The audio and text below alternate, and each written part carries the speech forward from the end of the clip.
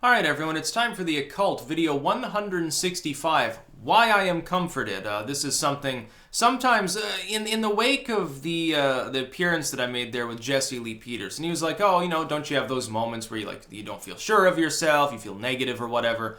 And I'm like, no, I feel fine. This is a component of that. It's not the entire reason, because part of it is like a gnosis, and I don't go into that because it's strictly anecdotal, it's just myself.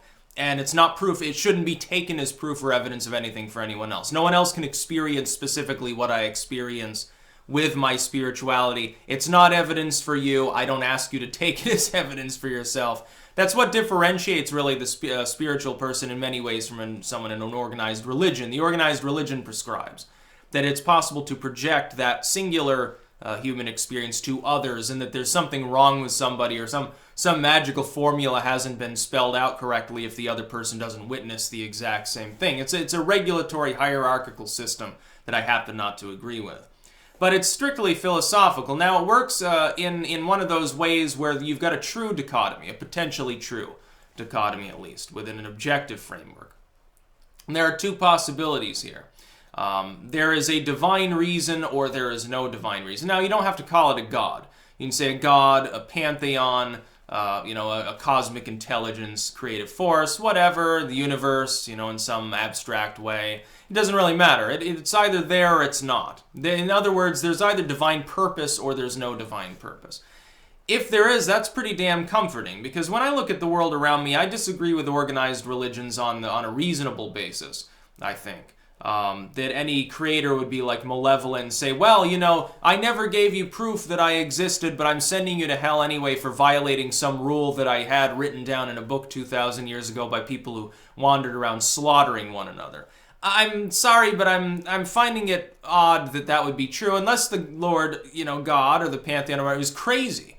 There's an evil force controlling things. Well, if that's the case, I'm not going to worship it anyway. I'm going to stand on principle, so I don't feel bad about that either. So if there's a creative force, I hazard a guess that it's not malevolent. It's a mix of what we would consider malevolent and benevolent. Therefore, eternal punishment for temporal sin or something along those lines, I can't get behind the concept. It sounds like a crazy concept, something that refutes the central character of a being that would create, things of beauty, things of comfort, the ability to feel, happy things. Well, if that exists, there has to at least be a measure of good in with any malevolence that's there. That would be out of step on a logical level. Within the realm of reason itself, it would be out of step with the perceived character looking at the rest of the creation of this God, pantheon, force, intelligence, whatever you call it. Secondly, if there's no divine reason, then there's certainly no punishment. No, so when you die, you simply disappear. It's better than eternal suffering now, isn't it? Now, you may say, I've seen, for instance, the fallacy of like, oh, there's a God versus there's no God, and it's like, well, you might as well believe in a God, because if there is one, then you everything's great. If not, well, you just disappear. But for the atheist, you either just disappear or you go to hell, so everything's negative. That's not actually true, because there are multiple deities that their commands cancel one another out so frequently that you could be a believer in one deity, and if you get the deity wrong, you're still fucked. You still go to hell. Which is why I don't do the religion thing, that and its natural corrupt characteristics when interpreted in certain ways. And as we've seen throughout history, it seems like the majority of people who rise to prominence within organized religion are butcherous, rapacious, greedy, and insane. The lay people, they may be, wise. Some monk, he's like, hey, just leave me alone. I want to grow bean plants or whatever. That's okay. Some nun just wants to sing. People that do various things, and they want a relaxed life of, an ascetic sort of balance. Just eat their rough bread and drink their watered down wine or whatever. Sort of in that sense. Yeah, that's great. And the monks were really wise too. There was a handbook apparently back in the medieval period, the sort of late classical to Dark Ages period, in which they suggested, hey, we can build a room onto a monastery that's not actually part of the monastery, because the idea was monks weren't allowed to drink more than a small amount on the monastery grounds. So you would simply build a room onto the monastery or a little shack or something that wasn't part of it in the spiritual sense. You didn't bless it in as part of the monastery, and you could go there and drink as much as you want instead of like kegs of beer, a bunch of wine and stuff, and just go get sauced, and then they go back and they do their penance. Because it was pragmatism versus spirituality. So I consider that practice to be one of the wisest Catholicism dreamed up. I can get behind that, because you can have all sorts of like weird dreams and stuff when you've had wine or whatever. Especially back then when it was all natural. No sulfites added, that's for sure. It's definitely fresh.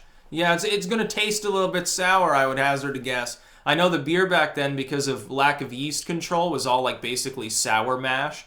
And so the idea of a bready or even a sweet, fruity beer that we have today, you couldn't get it back then. Nobody had the sanitation necessary to actually get that right. So it would have been pretty shitty beer. But it would have done the job. And I think usually they flavored it with spruce needles instead of with hops. So it actually was a stimulant, not it wouldn't make you sleepy. It would do the opposite. So they'd be sitting there drinking beer all night while they were copying their lines in their books. They're probably really happy people, generally speaking.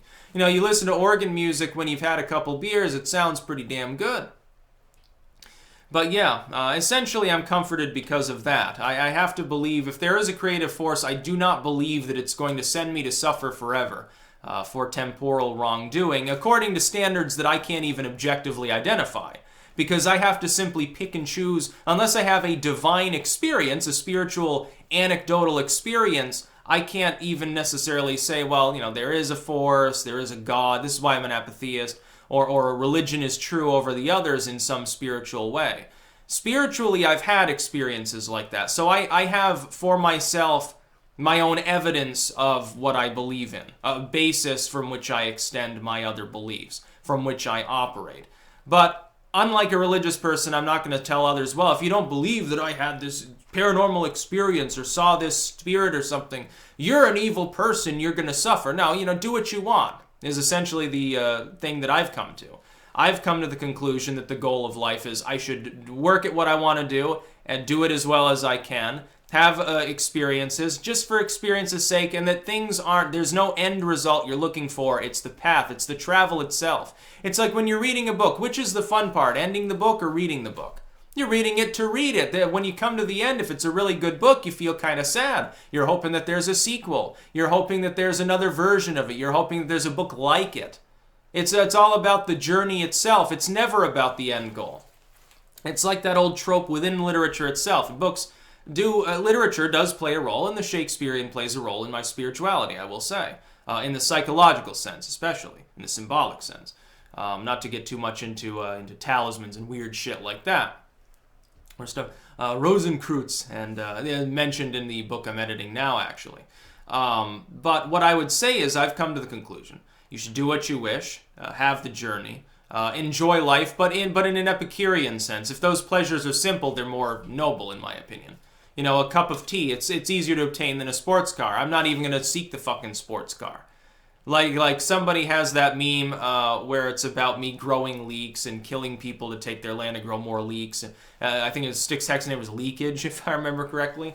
It's fundamentally true, yes. I do get more pleasure from gardening than most things in life. Gardening, reading or writing or editing, shitposting on the internet, but I would class that as simple. Yeah, it requires maybe a computerized device to do so, but it's not really out there. You don't have to be a millionaire to do it. You just have to have a computer, or these days, a smartphone. Which I couldn't use. If you gave me your smartphone, don't worry about me unlocking it. I don't even know how to use it. I couldn't even turn it on. My primitive flip phone is so primitive, it's like I could pound somebody over the head with it. It'd be a little bit like a Nokia. Like those great classic old phones of the 90s were way better anyway. It's like, hey, phone call, it's easier to talk than it is to type for most people. But yet people decided they wanted to start typing to one another, often not even using full keypads. I'm not sure why. It just doesn't make any sense to me. I would say that's anti-spiritual. Look, get rid of those cell phones. The government's tracking you with them. And by the way, they're probably going to cause you like hip cancer or something, carrying them around all the time. So I condemn this form of spiritual practice, the cell phone religion. And it really is. There's some people, they'll go to church, they'll be like, oh, I'm so holier than thou. They're in church with their fucking smartphone. There are people that are like that. I wouldn't call that a genuine religious experience. You know, unless your phone suddenly blows up in your face and makes you see weird colors or something, which for some people would probably be helpful to them in the spiritual sense. That's about all. Peace out.